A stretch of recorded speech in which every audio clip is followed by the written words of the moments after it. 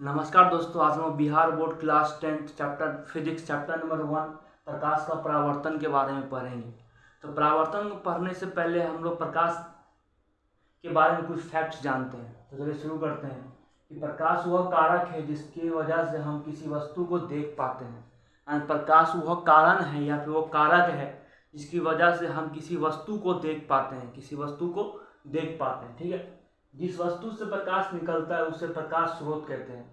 अब जिस वस्तु से प्रकाश निकलता हो उसे हम प्रकाश स्रोत कहते हैं, जैसे कि सूरज, तारा, मोमबत्ती, बल्ब, दिया इत्यादि वगैरह सब है। कि अब पृथ्वी में सब लाइट का सबसे बड़ा कारण क्या है?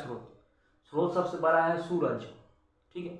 इस सूरज की वजह से तो हम लोग देख पाते हैं दिन में।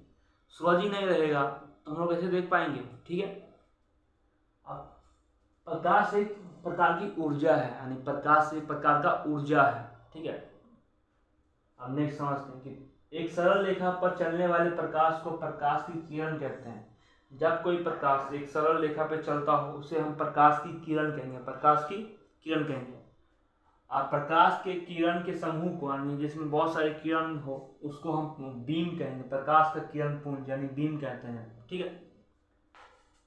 नेक्स्ट आता है तुम्हारा प्रदीप्त वस्तु और अप्रदीप्त वस्तु, luminous and non luminous body. प्रदीप्त वस्तु उसे कहते हैं जिसका अपना प्रकाश हो, जैसे कि सूरज, तारा, बल्ब, लाइट, दिया, ये सब का अपना प्रकाश होता है, ठीक है। जिसका अपना प्रकाश हो उसे हम प्रदीप्त वस्तु या फिर ल्यूमिनियस बॉडी बोलते हैं। इंग्लिश में ल्यूमिनियस बॉडी और हिंदी में प्रदीप्त वस्तु। अब जिसका अपना प्रकाश नहीं होता हो उसे हम अप्रदीप्त वस्तु बोलेंगे। हिंदी में अप्रदीप्त वस्तु और इंग्लिश में नॉन ल्यूमिनियस बॉडी बोलते हैं, ठीक है। जिसका अपना प्रकाश नहीं होता है, जैसे कि चांद का अपना प्रकाश नहीं होता है। चांद जो है सूरज के प्रकाश से रिफ्लेक्टेड होता है, जिसकी वजह से हम चांद ऐसा लगता है कि चांद के पास अपना प्रकाश है, लेकिन है नहीं। चांद सूरज के प्रकाश से रिफ्लेक्टेड है, ठीक है। तो चांद एक नॉन ल्यूमिनियस बॉडी यानी अप्रदीप्त वस्तु है। जैसे कि दीवार भी अप्रदीप्त वस्तु है, क्योंकि इसमें जैसे लाइट जल रहा है, लाइट का प्रकाश दीवार में पड़ा, जिस वजह से हम देख पा रहे हैं, ठीक है। तो दीवार का अपना प्रकाश नहीं होता है, तो दीवार भी अप्रदीप्त वस्तु है। हम भी अप्रदीप्त वस्तु हैं, ठीक है। चलिए इसे नोट करिए, फिर आगे चलते हैं।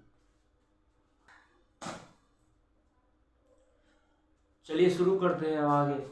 ये प्रकाश देखिए, अब 3 प्रकार के वस्तु के बारे में पढ़ेंगे। पहला तो तुम्हारा आपका पारदर्शी वस्तु, दूसरा पारभासी वस्तु, तीसरा अपारदर्शी वस्तु, ठीक है। तो पारदर्शी वस्तु उसे कहते हैं जिस वस्तु से प्रकाश जो है पूरा का पूरा आर पार हो जाए, उसे हम लोग पारदर्शी वस्तु कहते हैं। इंग्लिश में हम उसको बोलते हैं ट्रांसपेरेंट, ठीक है। यानी वह चीज़ जिससे प्रकाश जो है पूरा आर पार हो जाए, जैसे कि हम एक प्लास्टिक लेते हैं,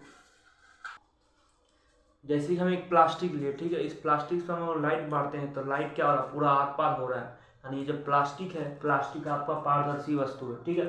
नेक्स्ट आता है आपका पारभासी वस्तु, यानी वह वस्तु जिससे प्रकाश जो है पूरा का पूरा आर पार ना हो सके, उससे हम लोग पारभासी वस्तु कहते हैं, ठीक है। जैसे कि आपका हो गया गंदा कांच।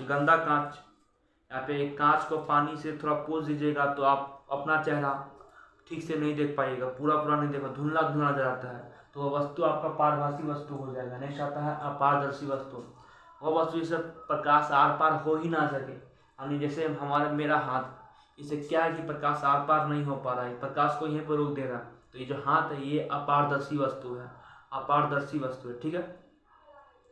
अब इसके जगह अगर हम लेंस रख दें या फिर कांच रख दें तो प्रकाश इससे आर पार हो जाएगा, तो वो वस्तु जो है वो पारदर्शी वस्तु है। अगर हम कांच लें और कांच को पानी से भिजा दें, गंदा प्लास्टिक को हम प्रकाश से लाइट मारे तो पूरा का पूरा आर पार नहीं हो पाता है, तो वो पारभासी वस्तु है, ठीक है। नोट करिए, फिर आगे चलते हैं।